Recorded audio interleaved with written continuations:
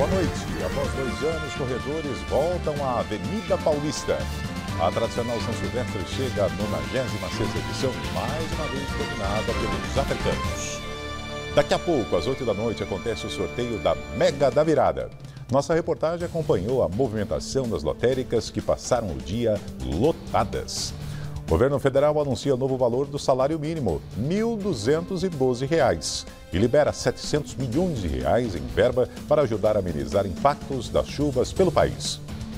Maioria das capitais brasileiras cancela a festa da virada por causa da Covid-19, incluindo São Paulo. No Rio de Janeiro, a habitual queima de fogos volta a acontecer, mas sem shows. Ao redor do mundo, as comemorações do Réveillon também são afetadas pelo avanço da variante Omicron. Na Austrália, já é Ano Novo e a festa de Réveillon contou com público pela primeira vez em 2 anos.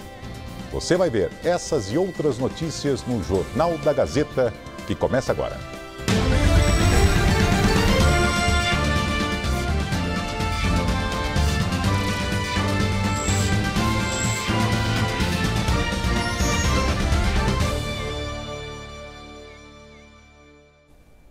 Dois anos depois da última prova, a Avenida Paulista ficou tomada de corredores para a 96ª edição da Corrida Internacional de São Silvestre. E, mais uma vez, teve domínio africano nas provas feminina e masculina. Foram quase 20 mil inscritos este ano. Os corredores já estavam com saudade de invadir a Avenida Paulista para participar da corrida de rua mais popular da América Latina. 20 mil atletas que chegam de todo o país, de todos os cantos do Brasil, que vêm para correr, terminar o ano em festa, trazendo, como sempre, as faixas, dizendo de onde vem. São Silvestre é uma prova espetacular, é uma grande festa. E todo brasileiro um dia tem que correr a São Silvestre. Entre as mulheres, o protagonismo africano ficou evidente desde os primeiros quilômetros. A queniana Sandra Félix Tuey e a etíope Yanenesh Dinkensa abriram muita vantagem para as demais corredoras da elite. Na passagem pelo Largo do Arouche, na região central, Sandra Félix deixou a adversária para trás e assumiu o domínio da prova. Queniana Sandra Félix Tuey, que vai liderando com muita, mas com muita folga a prova feminina. E não demorou para a queniana chegar à Avenida Paulista soberana e conquistar o bicampeonato da São Silvestre. Sandra Félix Tuey, do Quênia! Ela vence a Corrida Internacional de São Silvestre 2021. Yanenesh Dinkensa ficou na 2ª colocação e 3 brasileiras completaram o pódio. Jennifer do Nascimento chegou em 3º, seguida por Valdilene dos Santos e Franciele dos Santos. Ali, portanto, as 5 melhores da prova feminina da Corrida Internacional de São Silvestre. Na prova masculina, a disputa foi mais intensa. 4 corredores, incluindo o brasileiro Daniel do Nascimento, de camiseta preta, brigaram pela ponta até os últimos quilômetros. No trecho final, na temida subida da Avenida Brigadeiro Luiz Antônio, a prova foi definida. Daniel e o etíope Belay Bezab deixaram para trás o boliviano Héctor Flores e se desgarraram na liderança. Você vai vendo um brasileiro brigando pelo título, brigando pela ponto mais alto do pódio, pelo lugar mais alto do pódio. Mas aí prevaleceu a experiência do africano, que apertou o passo no momento certo e deixou o brasileiro para trás. 2ª vez que ele vence a São Silvestre. Vencedor em 2018, ele corre para vencer também em 2021. Belay Tilaon Bezab, atleta da Etiópia. Daniel do Nascimento ficou em 2º lugar, com direito a uma recepção toda especial depois da prova.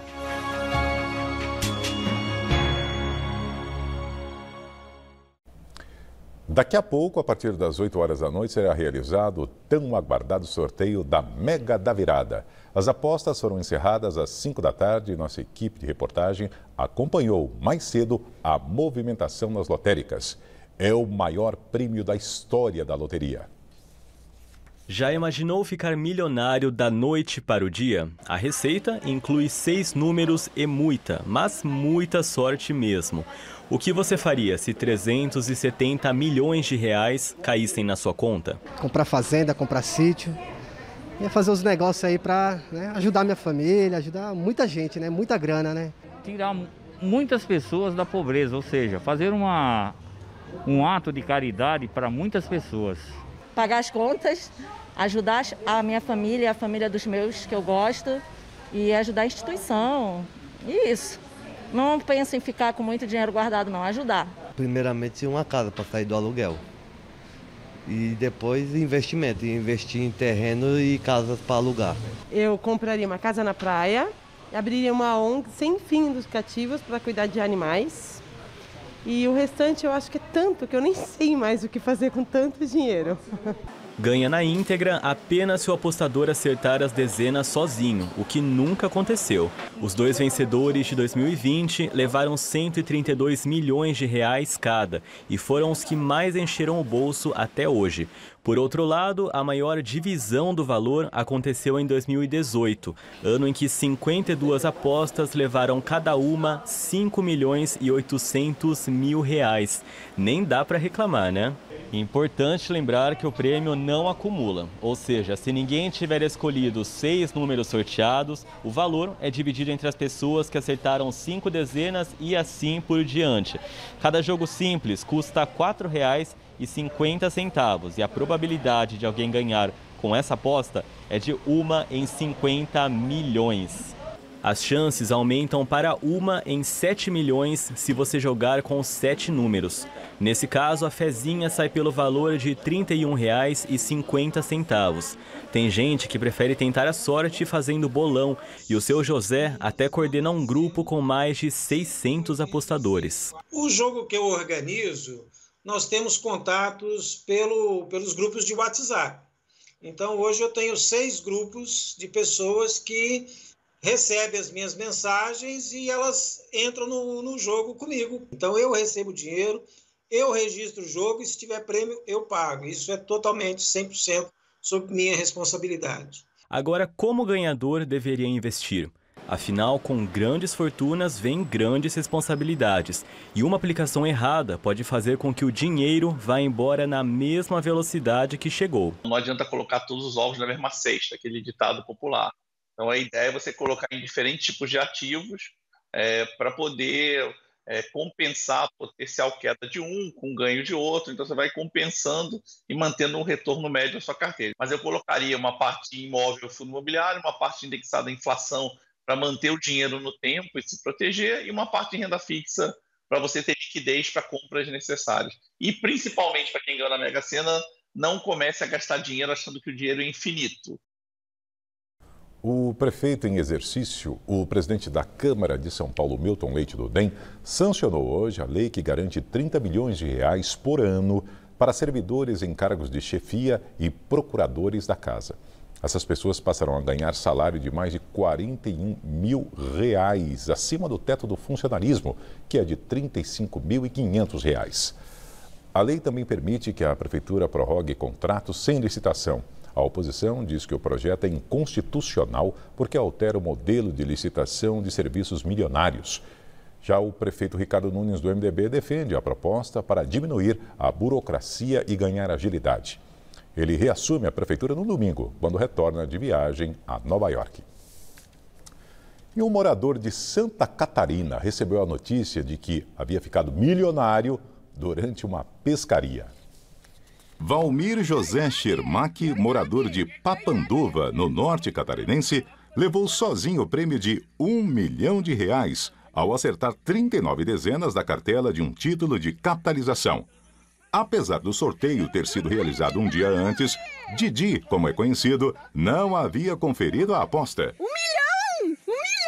O momento em que ele recebeu a informação foi registrado em vídeo e publicado ontem pela irmã Valdirene Schermack nas redes sociais. Olha onde está o mais novo milionário de Papanduva! Foi o suficiente para a gravação com o homem saindo do meio da mata e com a vibração das pessoas presentes viralizar. A maioria das capitais brasileiras cancelou a festa da virada, como aqui em São Paulo, para tentar conter o avanço da Covid-19. No Rio de Janeiro e em outras 4 cidades, haverá queima de fogos. A tradicional festa de Copacabana volta a acontecer no Rio de Janeiro com 14 toneladas de fogos de artifício em um espetáculo que deve durar 16 minutos. O prefeito Eduardo Paes, do MDB, autorizou o show pirotécnico, mas cancelou o palco com apresentações de música como forma de evitar aglomerações.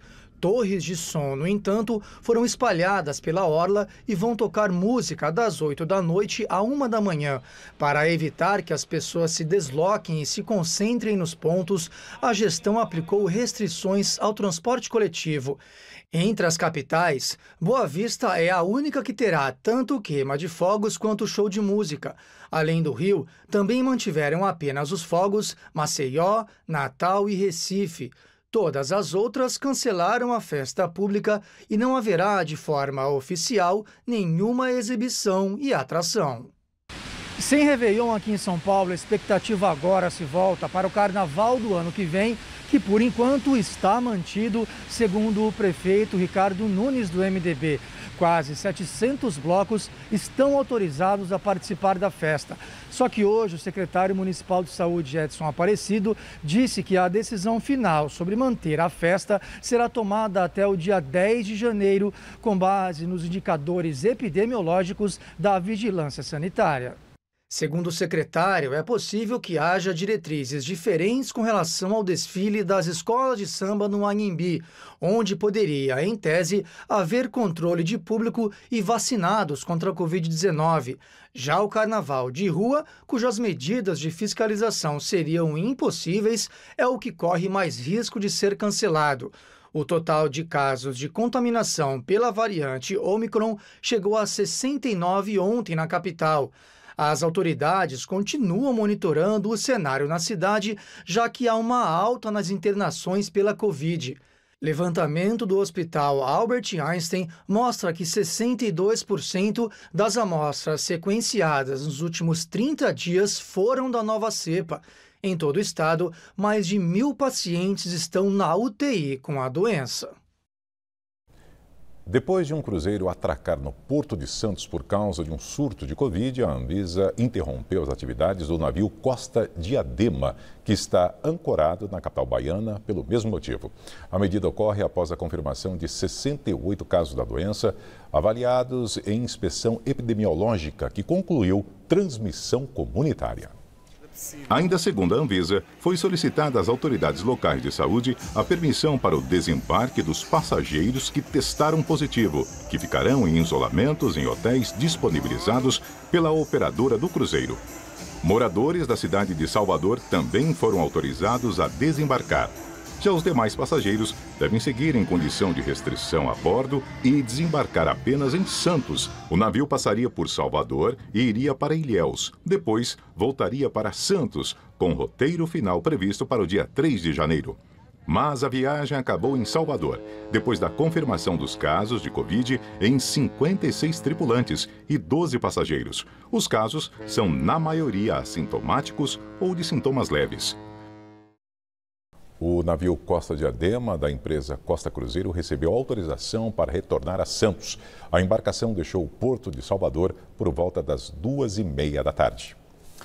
Um temporal no litoral norte de São Paulo provocou alagamentos e estragos em Caraguatatuba, Ubatuba e Ilhabela. Em 24 horas, o volume acumulado foi de mais da metade do esperado para o mês de dezembro inteiro. Em Caraguatatuba, 3 idosos e 2 crianças tiveram que ser resgatados após o carro onde estavam ter sido arrastado para dentro do córrego Jardim Britânia. Equipes da Polícia Militar que patrulhavam a região viram a cena e conseguiram fazer o resgate. Apesar do susto, ninguém ficou ferido. Na cidade, a chuva de ontem provocou diversos alagamentos. Em 24 horas foram registrados 164 milímetros, o equivalente a 65% da média de chuva de dezembro. Em Ubatuba, o acumulado foi até maior, 168 milímetros, 58% da média do mês.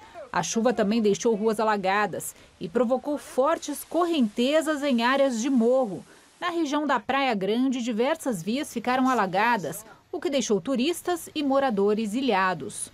Um trecho da Rio Santos que liga Ubatuba a São Sebastião ficou interditado por 2 horas depois da queda de uma barreira.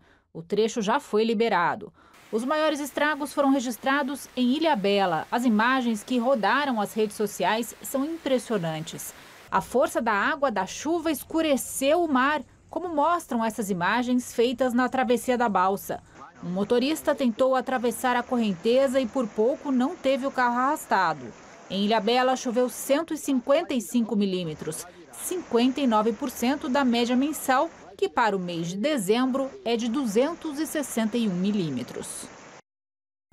O governo federal publicou hoje no Diário Oficial da União medida provisória com regras para renegociação de dívidas do FIES. O programa garante o pagamento das mensalidades de estudantes de graduação em instituições privadas de ensino superior enquanto eles cursam a faculdade. Por se tratar de um financiamento, o estudante precisa quitar a dívida depois de formado. Poderão renegociar as dívidas quem formalizou a contratação do FIES até o segundo semestre de 2017 e que estejam com os débitos vencidos e não pagos há mais de 360 dias ou com mensalidades atrasadas há mais de 90 dias. Os descontos podem chegar a até 92% no valor devido. Oferecer crédito sem multa em caso de o passageiro desistir da viagem deve deixar de ser uma obrigação das companhias aéreas a partir de amanhã, 1º de janeiro. Isso porque a lei criada para flexibilizar as regras na pandemia contempla voos realizados somente até esta sexta-feira. As mudanças foram anunciadas em abril de 2020 e prorrogadas 2 vezes. Se a lei não for prorrogada novamente, passa a valer o que estiver no contrato de compra da viagem e da passagem. Ou seja, em caso de desistência, mesmo se o consumidor aceitar receber o valor da passagem em crédito, pode haver multa. E a seguir, no mundo já são mais de 1 milhão de infecções diárias pela Covid-19, graças ao avanço da variante Omicron. E a previsão do tempo para a hora da virada para o Brasil e também o estado de São Paulo, depois do intervalo. Até já.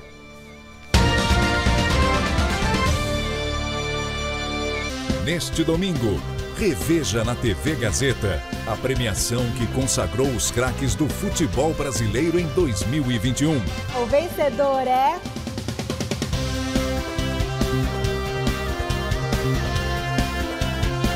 o 18º Troféu Mesa Redonda. Reapresentação especial. Neste domingo, 9 da noite. Na vida, amamos o lugar onde nascemos e dele nos orgulhamos. É assim com você, comigo, com todos os brasileiros. Sabemos da nossa força e nos sentimos abençoados por fazermos parte desse país. Nossa nação, nossa pátria.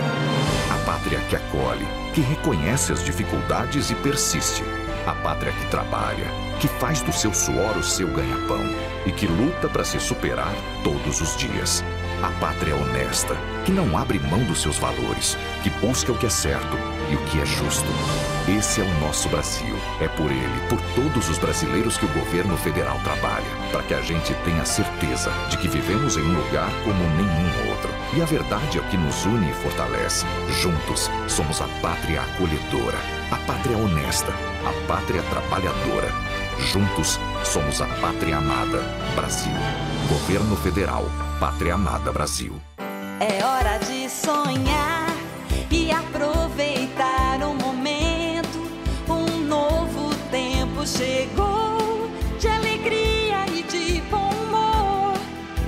Tempo de união, de abrir o coração. Pra você é que a gente faz. Na Gazeta a gente quer mais. Felicidade e paz. Pra você um ano de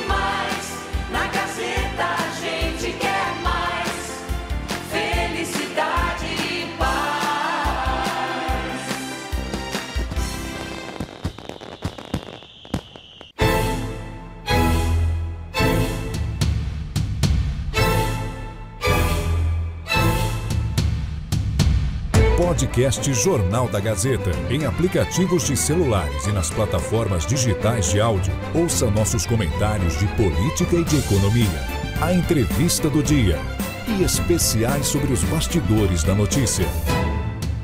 Podcast Jornal da Gazeta. O bom jornalismo para você ouvir onde e quando quiser.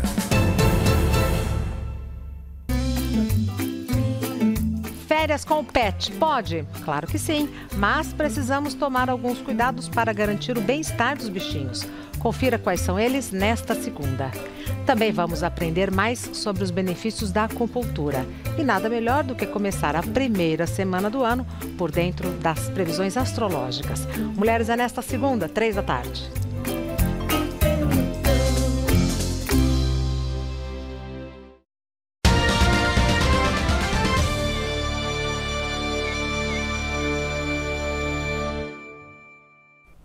Em todo o mundo foram mais de 1 milhão de infecções diárias pela Covid-19 em média nos últimos 7 dias. O avanço rápido da variante Omicron fez com que países cancelassem as festas públicas de fim de ano.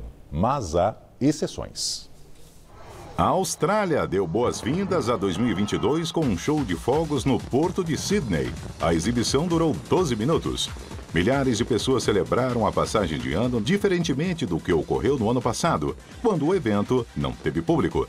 O país registrou picos de casos da Covid-19 nesse mês, mas o primeiro-ministro Scott Morrison nega que o país esteja na mesma situação que a Europa, pois os recordes registrados não se traduziram em aumento de internações, segundo ele.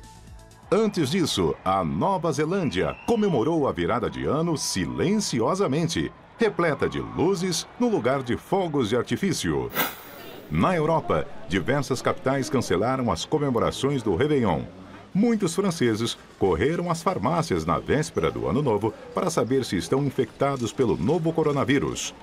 O governo já aponta a Omicron como responsável pela propagação do vírus. E a partir de hoje, as máscaras voltaram a ser obrigatórias nos ambientes abertos em Paris, que cancelou festas na Avenida Champs-Élysées nesse dia 31. Mesma decisão da capital italiana, Roma, que está com hospitais dedicados à doença lotados. A taxa de ocupação nos leitos de UTI aumentou entre os dias 17 e 29 de dezembro. Em Londres, ao invés dos preparativos para festividades, as atenções se voltaram para a montagem de 8 unidades de pronto atendimento.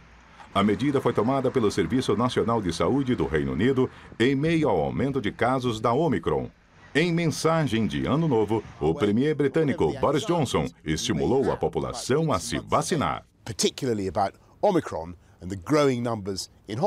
O Centro Europeu de Previsão e Controle de Doenças deixou apenas a Romênia de fora da classificação de alerta para a Covid-19. A taxa de contágio dos países da União Europeia está alta e varia, em média, entre 200 e 500 casos por 100 mil habitantes. O bloco tem quase 80% da população adulta vacinada. Medidas de restrição mais duras foram tomadas no Canadá. Quebec, a segunda província mais populosa do país, limitou reuniões e jantares fora de casa, com toque de recolher na véspera de Ano Novo. A partir das 10 da noite até às 5 da manhã, será proibida a circulação de pessoas em toda a região. E Israel começou a aplicar a 4ª dose da vacina em pacientes imunossuprimidos. É o primeiro país a realizar a ação na tentativa de conter o avanço do vírus. Também foi o pioneiro em começar a cobertura com o primeiro reforço. Especialistas israelenses, inclusive, já aprovaram a 4ª dose em pessoas com mais de 60 anos. Incêndios no Colorado fazem milhares de americanos deixarem suas casas. Os ventos que chegam a 160 km por hora no estado provocam o avanço dos incêndios florestais. No condado de Boulder, torres de eletricidade foram derrubadas. Por causa do perigo, autoridades locais ordenaram a saída de dezenas de milhares de moradores imediatamente. Entre as cidades afetadas estão Louisville e Superior. Nessas áreas, em poucas horas, cerca de 647 hectares foram devastados e 500 casas destruídas. A seca histórica que atinge o Colorado dificulta o combate ao fogo. bombeiros não conseguem dar conta das chamas espalhadas. O governador Jared Polis pediu orações às famílias que deixaram suas residências e alertou para mais riscos, pedindo para que as pessoas não retornem ao local. Ele declarou estado de emergência e permitiu o uso de fundos para desastres para socorrer a região. A Guarda Nacional foi mobilizada. Bom, faltam poucas horas para a chegada do Ano Novo e é hora de falar do tempo aqui no Jornal da Gazeta. A Fernanda Azevedo já está aqui ao nosso lado. Boa noite, Fernanda. Bom, Fernanda, tá com cara que essa chuvinha, que já dura o dia todo, não vai parar até a meia-noite. Que medo! É isso mesmo, Fernanda? Boa noite para você também. É verdade, Laerte. Agora é uma chuvinha mesmo, né? Porque já foi forte hoje, deixou toda a cidade em atenção para alagamentos por várias horas durante a tarde. A chuva perdeu força, mas segue em pontos isolados aqui da capital e a temperatura deve ficar em torno dos 20 graus à meia-noite. E os primeiros dias de 2022 não serão muito diferentes, não. Aos poucos o sol vai conseguindo mais espaço e as temperaturas sobem. Amanhã, 1º de janeiro, variação de 18 a 26 graus. 15 milímetros de chuva. Domingo faz 27, a chuva diminui um pouco. Na segunda, 28 graus, mas as pancadas devem ganhar força à tarde com 20 milímetros. A gente viu mais cedo aqui no Jornal da Gazeta que a chuva foi feia lá no litoral norte. Amanhã a umidade ainda estará bem presente na faixa norte e leste aqui do estado. As demais áreas do interior têm pancadas, tem sol e aí as pancadas a partir da tarde. E olha, essa chuvarada ajudou pouco os reservatórios de água que fecham o ano com volume em baixa. O Cantareira é o mais crítico, olha, 24,9%, com menos chuva que o esperado para o mês de dezembro.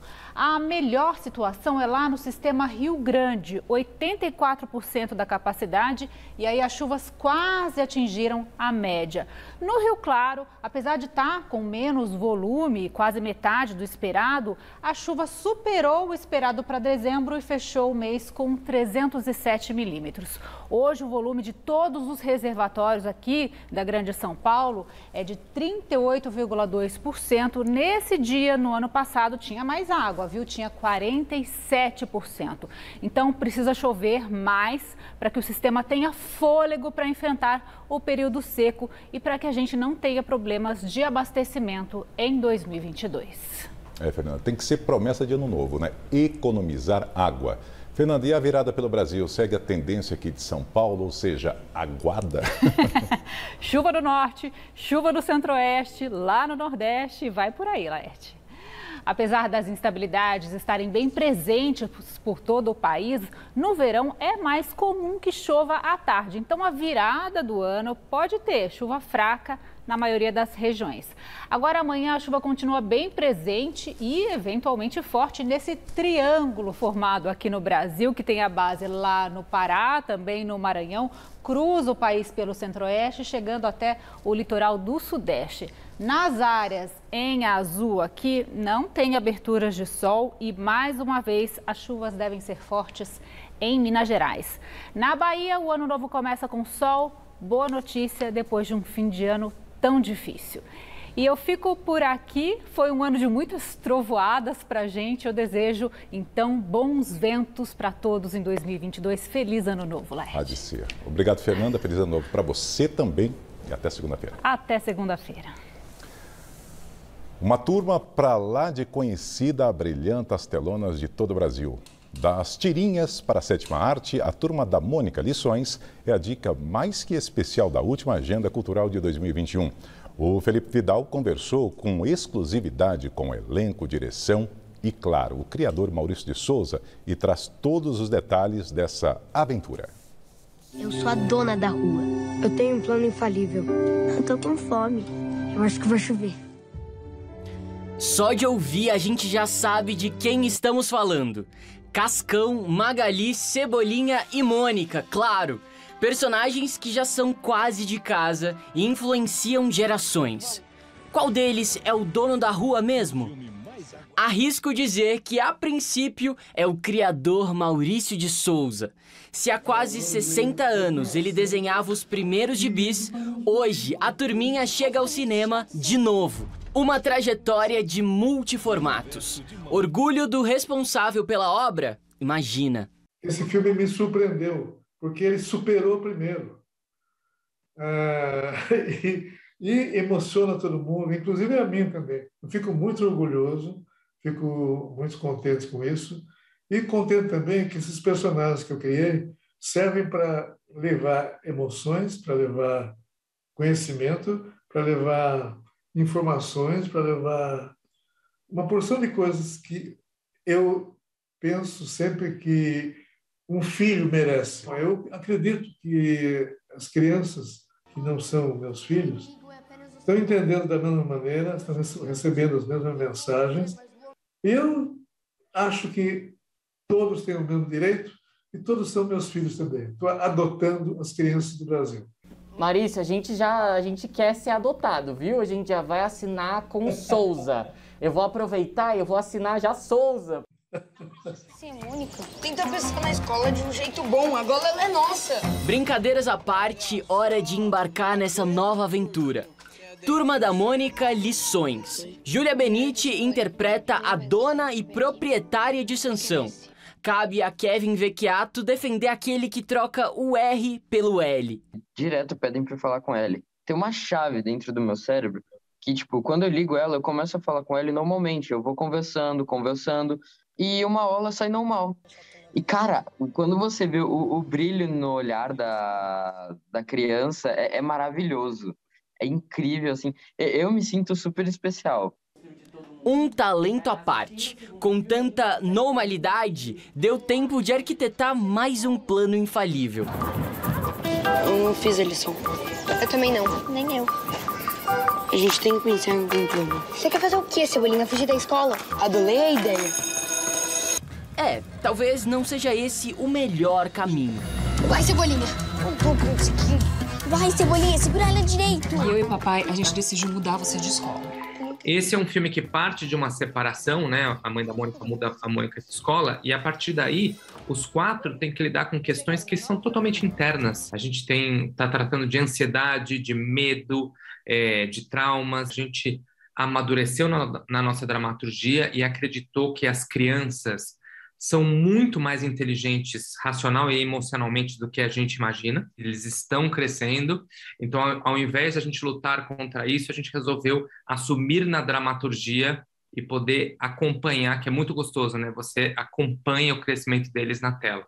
Cabe ao diretor Daniel Rezende orquestrar todo esse enredo. Aprendizado dentro e fora de cena. As lições ultrapassam a ficção. Eu acho que eu passei exatamente o que a Mônica estava passando no filme. Eu passei nas filmagens, porque eu gravava muito separado deles. Então eu ficava querendo ver eles o tempo todo. E é exatamente a mesma coisa que a Mônica passou, sabe? Eu aprendi muito sobre o valor da amizade. Muito, muito, muito, muito, muito. A gente nunca vai perder os nossos melhores amigos. Porque assim, a gente sempre vai ter aquela nossa turminha. Sempre! E nessa sequência, preparem-se! Mais personagens saem dos quadrinhos direto pra sétima arte. Milena, do Contra, Tina, só pra citar alguns.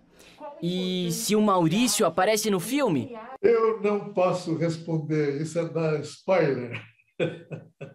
Segredo de Estado, só assistindo.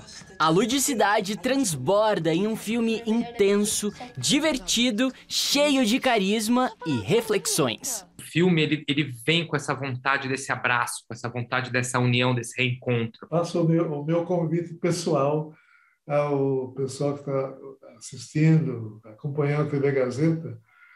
Vamos ver um filme, levem lencinhos de papel para os momentos de emoção, porque há muitos.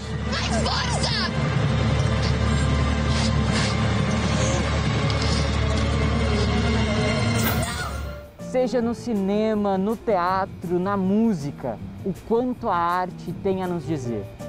Se ela imita a vida ou é imitada pela vida, eu não sei dizer. Mas o que importa é que, principalmente em momentos como o que estamos passando, é um sopro de renovação.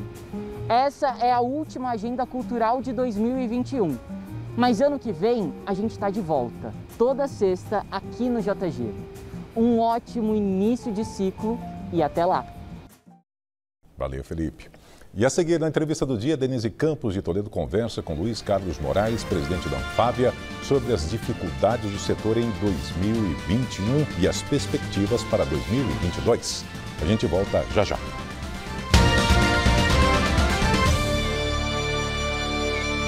Todos os domingos, Boris Baer entrevista os especialistas mais relevantes do mercado de seguros. Garantia e proteção para suas conquistas e seu patrimônio. Pode confiar. Programa Seguro, todos os domingos, 8h30 da noite. O banco de todos os brasileiros. Em 2021, o banco que foi mais amigo e parceiro do brasileiro foi um que você conhece muito bem e que ficou com suas agências de portas abertas quando o brasileiro mais precisou. Esse é o Banco Social que pagou o auxílio emergencial e trouxe alívio para as famílias. O banco digital que fez milhões de brasileiros, invisíveis para os outros bancos, terem uma conta para chamar de sua. O Banco do Resultado, que mostrou que é possível lucrar e também criar condições para os brasileiros ficarem de pé durante um ano tão difícil. Esse banco você sabe quem é. Sempre soube. E em 2022, sabe que pode contar com ele. Caixa, o banco de todos os brasileiros. O banco de todos os brasileiros. Governo Federal, Pátria Amada Brasil.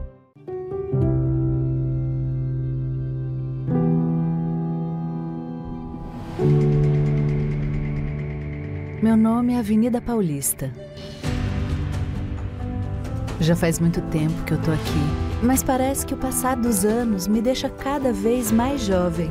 Sou o maior palco da cidade, um lugar para todos que acreditam que aqui São Paulo caminha sempre em frente. No número 900, me chamam de Casper, um lugar feito por contadoras e contadores de histórias. Gente que se conecta com o Brasil e o mundo. Todos os anos, muitos chegam e muitos vão embora. E a Casper fica para sempre, dentro de cada um. Meu nome é Avenida Paulista e o meu coração é casperiano.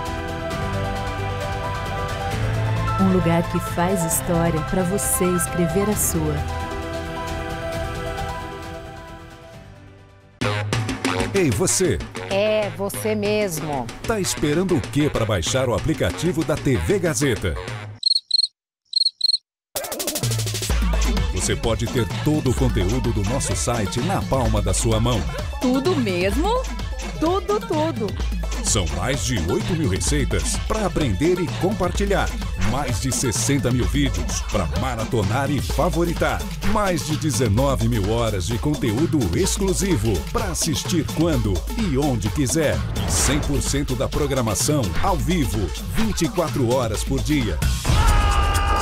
Não perca tempo. Baixe agora mesmo. Acesse a loja de aplicativos do seu aparelho. Procure por TV Gazeta e faça o download. Curtiu? Então aproveita, porque é tudo grátis. Tudo na faixa. TV Gazeta, em todas as telas, uma experiência única. O dia a dia do futebol com quem sabe o que fala. Essa onda do resultado é algo, sabe, até me incomoda. Ganhou é sensacional, perdeu é um lixo. Não tem medo de criticar. Falta inteligência, falta escola para esse cara. Você vê que a coisa não vai andar bem. Eu vou ter que reclamar, sabe com quem? Com o Papa. E quer saber o que você pensa? Participe pela hashtag Gazeta Esportiva, que o seu comentário vai aparecer aqui no programa, porque aqui você tem voz. Gazeta Esportiva, de segunda a sexta, 6 da tarde. Oferecimento GazetaEsportiva.com. Muito além dos 90 minutos.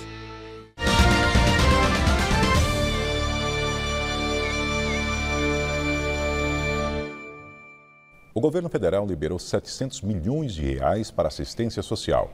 A medida assinada pelo presidente Jair Bolsonaro destina a quantia para enfrentamento dos impactos provocados pelas fortes chuvas em todo o Brasil, principalmente nos estados da Bahia e Minas Gerais. Além disso, também foi publicada a MP com um novo salário mínimo. A reportagem é do nosso correspondente em Brasília, Afonso Marangoni. Em Santa Catarina, onde vai passar o ano novo, o presidente Jair Bolsonaro do PL já havia antecipado ontem o reajuste do salário mínimo durante live nas redes sociais. Também, a partir de 1º de janeiro agora, o novo valor do salário mínimo, R$ 1.212. O novo valor de R$ 1.212 começa a valer a partir de amanhã e representa R$ 112 a mais do que os atuais R$ 1.100. Assinada pelo presidente, a MP que estabeleceu a quantia foi publicada hoje no Diário Oficial da União. O montante foi fixado no orçamento de 2022, aprovado pelo Congresso em 21 de dezembro. Na prática, o aumento de 10,18% repõe apenas a perda do poder de compra dos brasileiros devido à alta dos preços ao longo do ano. A última vez que o salário mínimo teve ganho real foi no início de 2019, primeiro ano do mandato de Bolsonaro. Desde então, o governo tem concedido apenas aumentos atrelados à inflação. Essa decisão é influenciada pelo fato do salário mínimo ser referência para 2/3 da despesa pública, como benefícios previdenciários. De acordo com cálculos do Ministério da Economia, o reajuste em 2022 aumentará as despesas do governo federal em cerca de 40 bilhões de reais. Também neste último dia do ano, o governo liberou 700 milhões de reais para assistência à população de áreas afetadas pelos temporais. Parte do dinheiro destinado ao Ministério da Cidadania, 200 milhões, será encaminhado para a distribuição de alimentos. O restante, direcionado à estruturação da rede de serviços do Sistema Único de Assistência Social. E o governo ressaltou que o crédito não afeta o teto de gastos e nem o cumprimento da meta fiscal. O presidente Jair Bolsonaro vem rebatendo críticas em relação à sua estadia em Santa Catarina, enquanto estados enfrentam os impactos da chuva. Na live, ele lembrou que esteve na Bahia em 12 de dezembro e disse que os gastos feitos por ele na viagem também serão alvos de crítica. Ou seja, se eu vou, critica, se eu não vou, não critica. E tem uma outra crítica também, porque vocês não falaram, mas vamos falar o mês que vem agora, com toda certeza. Qualquer viagem minha, gasta esse dinheiro do cartão corporativo. Então vai ter um gasto no cartão corporativo extra aí, em função aí da minha ida à Bahia agora no último dia 12. O governo já liberou outros valores para dar assistência às regiões atingidas pelas chuvas. O mais significativo foi o de 200 milhões de reais para a reconstrução de estradas federais danificadas pelos temporais. 80 milhões foram destinados ao Nordeste, no caso à Bahia. E Bolsonaro fez uma provocação em relação ao seu pronunciamento, que está previsto para ser transmitido hoje às 8h30 da noite em rede nacional. De acordo com a Secretaria de Comunicação do Palácio do Planalto, a fala terá duração de 6 minutos. Eu estou convocando toda a esquerda do Brasil para fazer um panelaço bem grande para comemorar 3 anos sem corrupção. E vamos ao quadro Planalto em Foco com a comentarista Liliane Ventura. O que nós vimos em 2021? Espero que a retrospectiva de fim de ano ajude a clarear a mente das pessoas. Muitos foram os episódios na política que deixaram o brasileiro de bom senso estarrecido. Como esquecer a Comissão Parlamentar de Inquérito, a CPI da pandemia, que teve como presidente o senador Omar Aziz, o vice o senador Randolph Rodrigues e o relator, o ainda senador Renan Calheiros. A conclusão para eles é que Bolsonaro deve ser punido e mais 78 pessoas e 2 empresas por crimes na pandemia. Até o momento, o rio de dinheiro desviado nos estados e municípios pelas mãos de caciques políticos continua o seu curso da corrupção. O que vimos foi o presidente da República, junto com seus 3 filhos parlamentares, serem perseguidos por políticos que rejeitam até hoje o resultado das urnas. Ministros, deputados, médicos e empresários foram humilhados por aqueles que, pelo seu passado, digo presente, merecem ser, esses sim, condenados. No campo da justiça, o que mais acompanhamos foi o ativismo judicial, praticado pelos que perdem no argumento, mas ganham na mídia o espaço para alimentar o seu ódio de um governo que não baixa a cabeça para as interpretações da lei E por falar nela, vimos deputado ser preso, presidente de partido e apoiadores de Bolsonaro, baseada em uma lei que ninguém conhece. Na ciência, descobrimos que existem médicos mais importantes que outros, menos pelos seus conhecimentos na medicina e mais pela corrente política e ideológica que apoiam. Nós vivemos para ver a autoridade de médicos, pais e responsáveis sendo castrada sob o manto da proteção. O ser humano segue sendo usado aí no experimento em um curso da batalha contra um vírus que desafia os cientistas. Em Israel, já estão aplicando a 4ª dose do imunizante. Mas temos, na retrospectiva, notícia boa. O brasileiro aprendeu que os veículos de comunicação são parciais e, por esse motivo, muitos estão perdendo espaço para as mídias comprometidas com a verdade. Que venha 2022, com as eleições e também com a guerra de narrativas de quem deseja o poder ao preço de esvaziar de novo os cofres das estatais. A contagem será regressiva para nós que lutamos pela democracia, porque é assim, Brasil acima de tudo, Deus acima de todos. Boa noite e feliz ano novo. Direto para a entrevista do dia com Denise Campos de Toledo. E vamos falar agora sobre as dificuldades do setor automobilístico em 2021, da indústria em geral e as expectativas para 2022. Eu converso com o Luiz Carlos Moraes, que é presidente da Associação Nacional dos Fabricantes de Veículos Automotores, a Anfávia. Luiz Carlos Moraes, boa noite. Boa noite, Denise. É um prazer estar aqui com você, conversando sobre o nosso setor. Pois é, foi um ano muito difícil para o setor automobilístico de modo geral. Houve até uma certa recuperação no mês de novembro, mas ainda está rodando muito abaixo do ano passado. As vendas tiveram queda aí de 23% sobre novembro do ano passado. Agora é um setor que tem vários segmentos. Nós temos problemas maiores com questão de veículos mesmo, de carros, né? De ônibus também. Caminhões tiveram recuperação. Como é que é a avaliação geral hoje? Então, vamos fatiar um pouquinho o elefante aqui, né? Bom, a indústria de maneira geral, inclusive fora do Brasil, entrou em 2021 com um problema de desorganização da cadeia global de produção, né? Então, falta de aço no começo do ano, algumas resinas plásticas. Depois, a gente teve dificuldades também com a logística, navios, containers, além do aumento de custo. E, a partir do segundo trimestre, piorou essa questão dos semicondutores. Então, a gente tem, basicamente, uma dificuldade de atender a demanda que tem hoje no Brasil. A gente estima uma perda de produção ao redor de 300 mil unidades, em especial por conta da falta de semicondutores.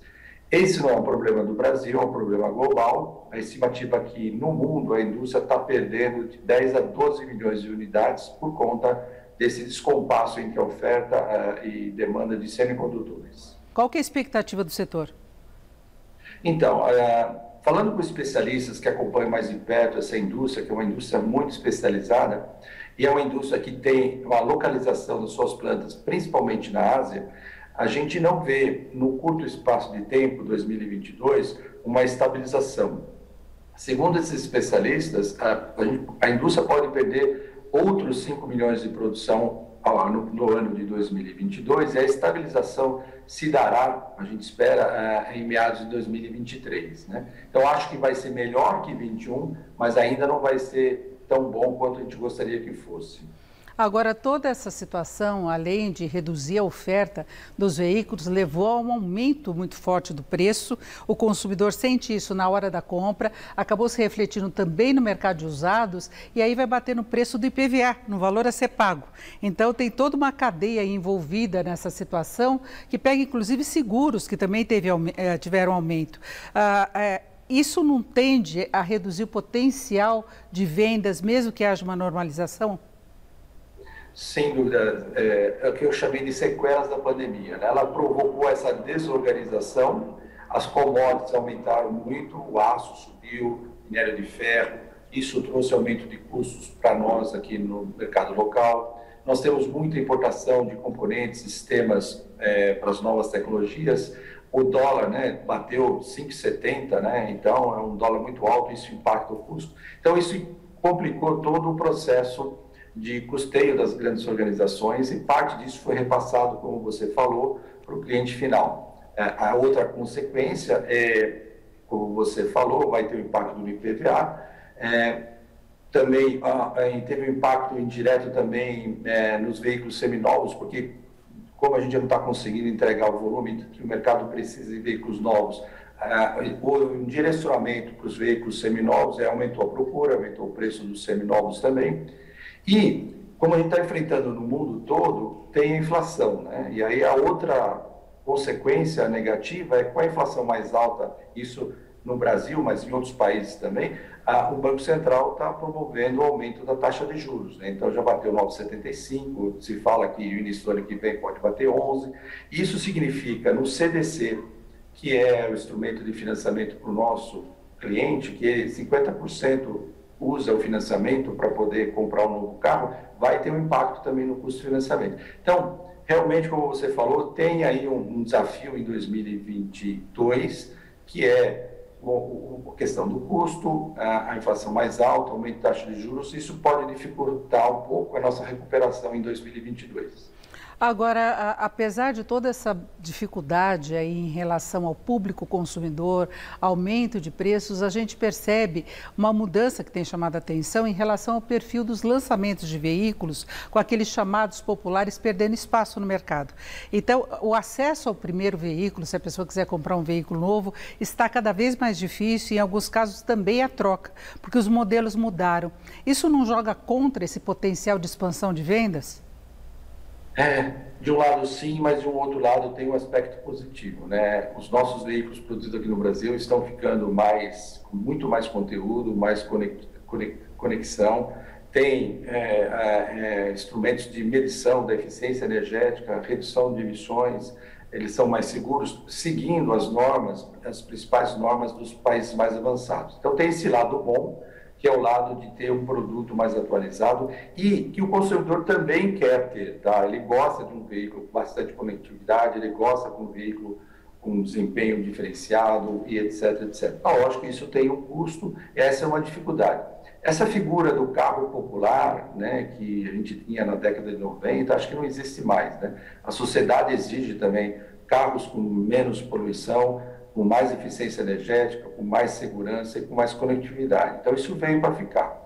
Esse consumidor que tem essa dificuldade no veículo de entrada, tem outras alternativas que também a indústria está oferecendo, que é o aluguel, que é o carro por assinatura, e que o cliente pode usar por alguns dias por semana, no final de semana, e usufruir de um carro moderno, bastante atualizado, e pode poder usufruir desse veículo. Mas você tem razão, a figura do carro popular, o carro de entrada, hoje não existe mais, até por uma questão de regulatório, né? E antes da pandemia, nós chegamos até a falar sobre isso, havia uma mudança também do perfil do comprador. A gente percebia os jovens não querendo mais ter o carro, havia essa preocupação com a questão ambiental, com todos os custos relacionados a imposto, a gasolina. Aliás, tem a gasolina também, os combustíveis entrando nessa questão dos custos agora. A pandemia fez mudar esse movimento que vinha sendo registrado? Então, tinha um movimento na pandemia por conta do medo de aglomeração, o medo do transporte público, então houve um aumento da procura do transporte individual.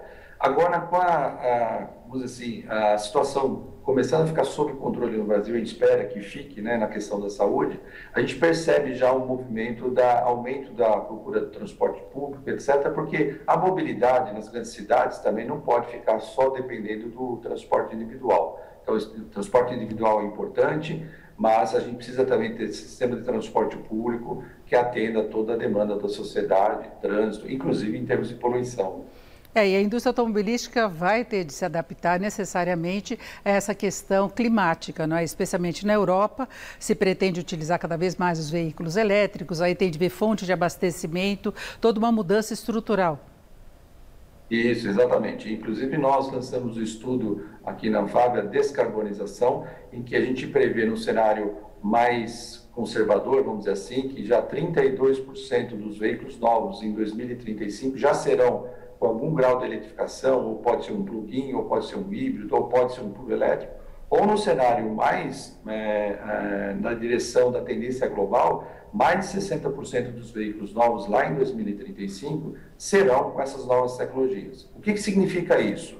não é só uma transformação da indústria automobilística, isso sim, porque nós vamos ter que mudar nossas fábricas, adaptar, desenvolver fornecedores, desenvolver pesquisa e desenvolvimento para as condições brasileiras, preparar a rede de fornecedores e concessionários, mas também um grande fluxo de investimentos na infraestrutura. Então, a gente estudou lá que para atender essa demanda, nós vamos ter que ter pelo menos 150 mil postos de recarga nas principais cidades e rodovias do Brasil. Isso significa, Denise, um investimento de 14 bilhões em infraestrutura. Nós vamos precisar de 1,5% mais de geração e distribuição de energia elétrica, além de outras tecnologias que algumas empresas estão analisando, né? A utilização de biocombustíveis, né? Que é uma combinação boa, que ajuda na questão ambiental e não depende tanto da infraestrutura. Então, a indústria está se preparando para esse desafio, mas ela traz com essa reformulação, com essa reestruturação, outras demandas que poderão atrair novos investimentos no Brasil, em infraestrutura, em energia, em biocombustível. Então, a gente vê com muito bons olhos que essa transformação da indústria trará novos empregos, novos investimentos para o país. Agora, a gente está falando das dificuldades do setor automobilístico, dessas mudanças. Agora, a indústria como um todo no país, ela vem patinando no processo de retomada já há bastante tempo, não conseguiu compensar perdas de crises anteriores, de recessão, vem aí de vários meses de queda de produção no geral. Não é apenas o problema da indústria automobilística. Aí, estruturalmente, pensando em reformas, o que seria importante mudar na economia brasileira para fortalecer a indústria em geral, para atrair investimentos e favorecer mais a indústria automobilística? A gente defende isso para a indústria de transformação em geral, Denise. A gente não pode ficar com esse custo que você conhece muito bem, o custo que nós chamamos de custo Brasil. Nós, a Anfávia, com outras entidades de outros setores, estamos trabalhando também como medir esse custo Brasil e como fazer sugestões para reduzir o custo Brasil. Outra coisa é a carga tributária, né, que é muito forte, muitos resíduos tributários, créditos tributários que a gente não consegue resolver. A gente precisa ter uma eficiência no país como um todo, incluindo a infraestrutura.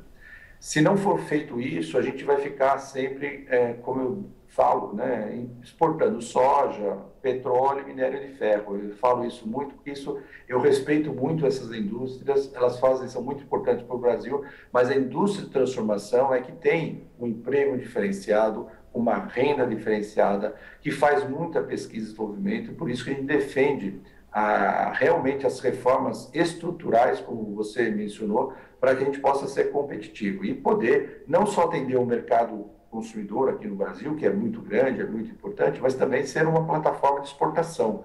A nossa ideia é que esses investimentos que eu mencionei sejam utilizados para atender os principais mercados da América Latina e outros mercados por aí. Na verdade, alguns anos atrás se imaginava o Brasil como uma plataforma de exportação do setor automobilístico, o que não se confirmou. Nós tivemos, inclusive, montadoras saindo aqui do Brasil e queda das exportações também neste ano, né? Então, a gente está exportando, a gente estima 370, 380 mil veículos de exportação esse ano. Isso, em média, vai 10% a 15% do que a gente produz localmente. A gente precisaria ter pelo menos 40% a 50% do total produzido no Brasil sendo destinado às exportações.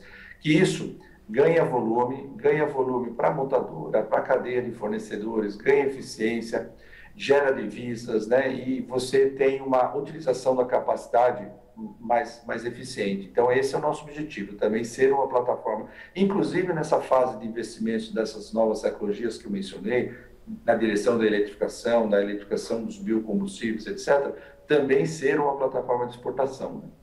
Perfeito. Ouvimos o Luiz Carlos Moraes, que é presidente da Associação Nacional dos Fabricantes de Veículos Automotores, a Anfávia. Luiz Carlos Moraes, muito obrigada. Uma boa noite. Boa noite, prazer falar com você. Um grande abraço. Com você.